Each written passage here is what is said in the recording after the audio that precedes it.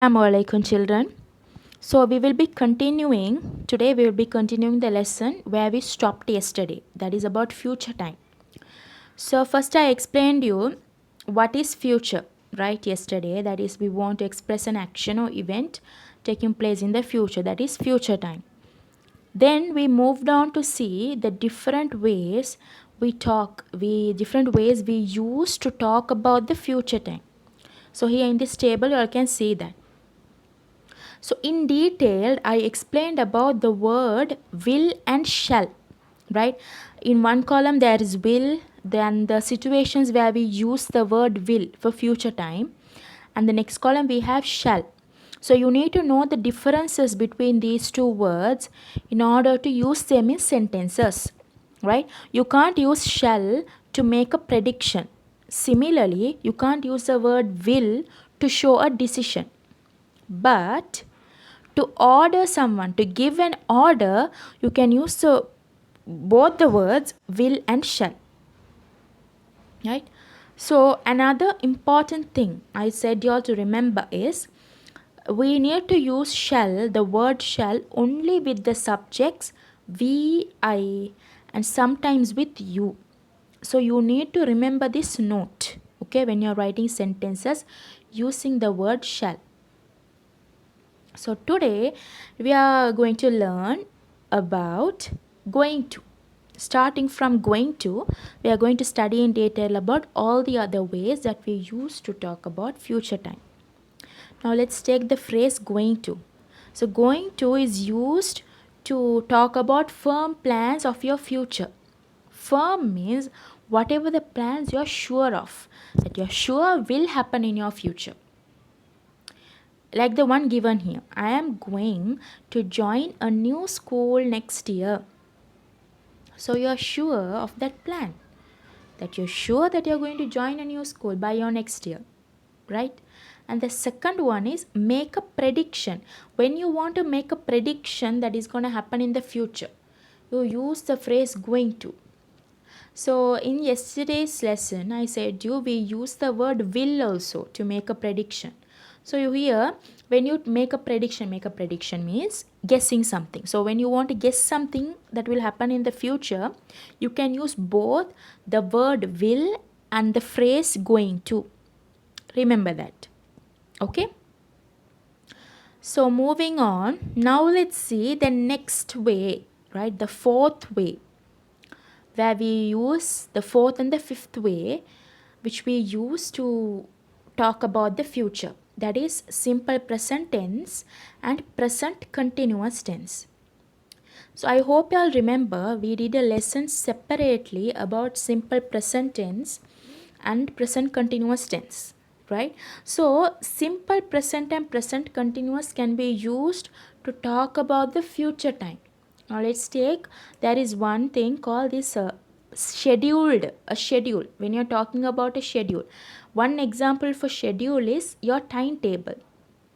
Already arranged things, already arranged actions are what you call a scheduled. You are pre-arranging your time. If you take your study timetable, your school timetable, already they have arranged all your periods, scheduled all your periods according to the time, right? And the teachers available, they have scheduled. That is a schedule, already pre-arranged, arranged. So for those type of actions, when you want to talk about those scheduled actions, those are related to future, right? Now you have got a timetable, right? You will be following that timetable tomorrow, day after tomorrow, then next week. You will be going on following that schedule, right? You won't be stopping. You'll be following that in future also. So there you use simple present tense, right, to talk about the future schedule. Similarly, present continuous tense is used to talk about all of your planned actions in the future. Suppose you are traveling tomorrow, you are traveling to Jaffna. So you say, I'm planning to travel to Jaffna tomorrow. I'm traveling to my aunt's house tomorrow. Right? I am joining my friends on a hiking trip next week, right? Or on a mountain climbing trip next month. Like that, whatever the planned actions you have in the future, There you use present continuous. So you need to remember this, right? These notes will be sent to you all later, children. So now let's move on to the next way.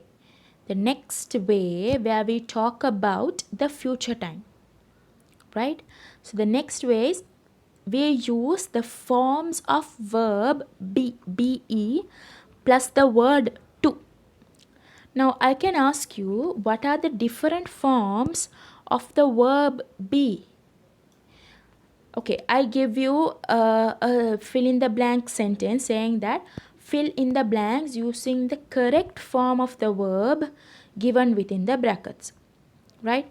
So if I ask you what are the different forms of the verb give, so you can say the forms of the verb give are give, gave, given, right? Past tense of the verb give, gave. Past participle given, is giving, are giving, right? All those are different forms of the verb give. Now suppose I ask you the form of the verb be, then you need to know to write is, am, are, was and were. Those are the different forms of the verb be. You need to remember that. So here we use this both the words together as a phrase to talk about future time. That is the verb be plus the word to. See the example. The students were to submit their homeworks tomorrow. So there we can see were, that is the form of the be used, plus the word to, were to, the future, right? So the last but not the least section is we are going to again see the table, right, given about all the different ways we use to talk about future time, right? So you can see I have highlighted the end part, the two, right? So you need to remember the last section, right? That is the models.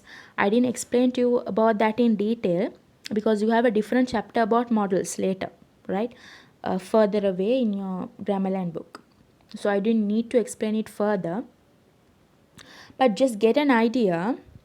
So instead, when we are using these different ways, right, you have to think about which time, that is you are using these phrases and the words and the tenses to talk about future time, right? So if you use the word may, that means you're talking about something that would happen in the future. If you use the word will, that means you're talking about something that is going to happen in the future. If you suppose you use the form of the verb be plus to, is to, are to, were to, was to, right? That means you're talking about something that is going to happen in the future. So this table consists of all the ways, different ways you want to talk about future, right? So you need to remember that. The notes about this will be sent later. Thank you, children.